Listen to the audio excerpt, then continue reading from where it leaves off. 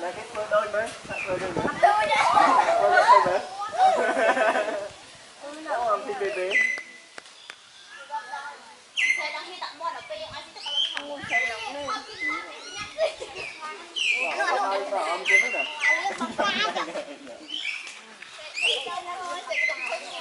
quần nó xa cho mấy nhỉ chọc ca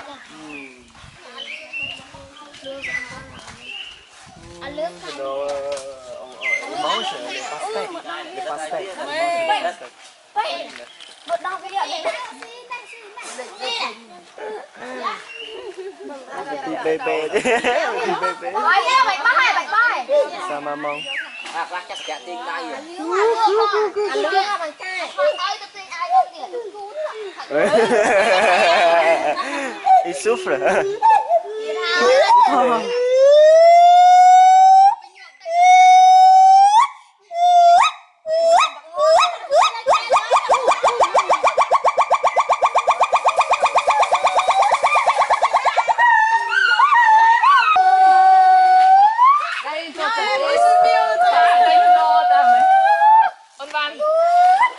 mấy pha đánh lo ta đó nè một con khó khăn yên tôi nè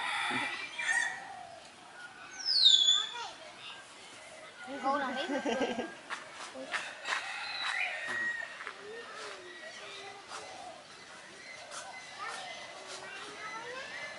đây này sắp cho vi sờ lanh câu nữa này chứ rồi mình đứng đây đấy mình sờ lanh tận nào sẽ lóc đi á ăn lộ đi phi à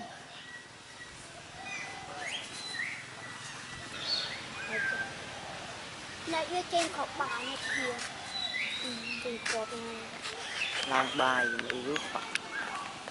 dừng tới tiếp đấy đấy tay cú quá nó không tay cú nữa cái đó cô hai ấy cú tôi nữa ok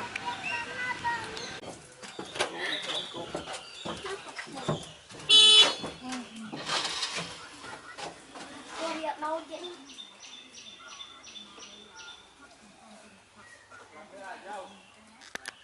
là chứ không nước lá nữa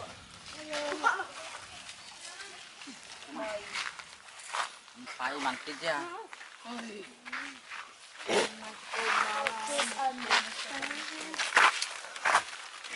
cô tôi không thùng được nhưng smile là Thôi là hai đấy. đi là khoa pray vậy Asuchi, you're afraid of leopard or not? dạ con sẽ dạy nó You're afraid of leopard. You scared? Mở mồm ạ. Không ạ. Mồm ạ. mồm túi nữa Nè, chẹp chuồng và đi mồm nọ nhỉ. bye bye em xong rồi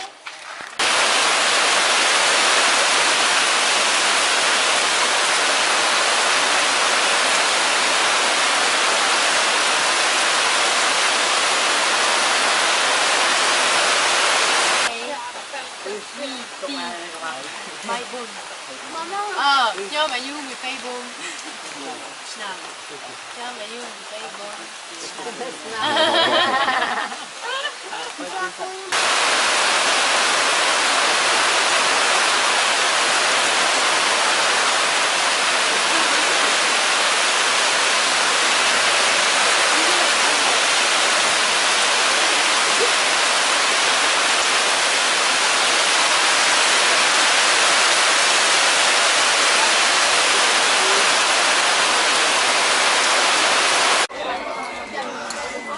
bay đi ca bay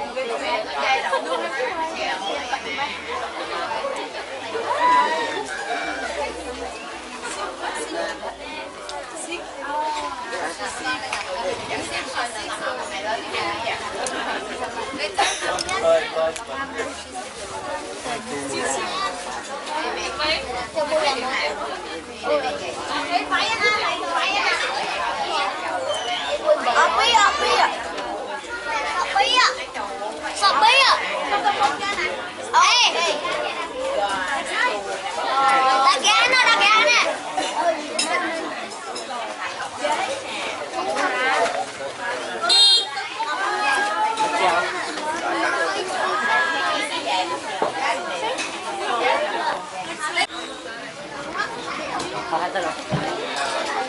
Tôi vào đây đã ở đây thì tôi.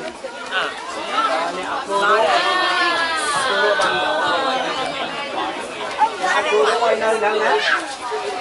Nè cô nó quay nơi nè mặt hai. Lên cù đào. Là chuột lên nè. Chụp cù vô. Phải trong thân tập lên nữa. Lên cù đó.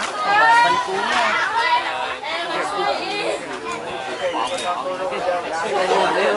Anh chơi vai à. Chơi. Mày nè mới. Ai đi mau. Ai đi mau. Elephant blanc. Con đi mùi nè to à. Cô nó quay nơi nè. Hồi dậy nè. Elephant blanc. Nè. Thỏ đấy. Được. À. Thỏ du mà. Elephant. Hello. You're welcome. You're welcome. We like your daughter.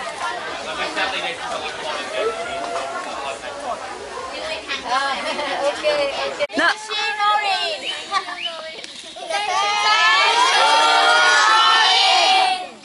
Sao cái đấy? Ouais.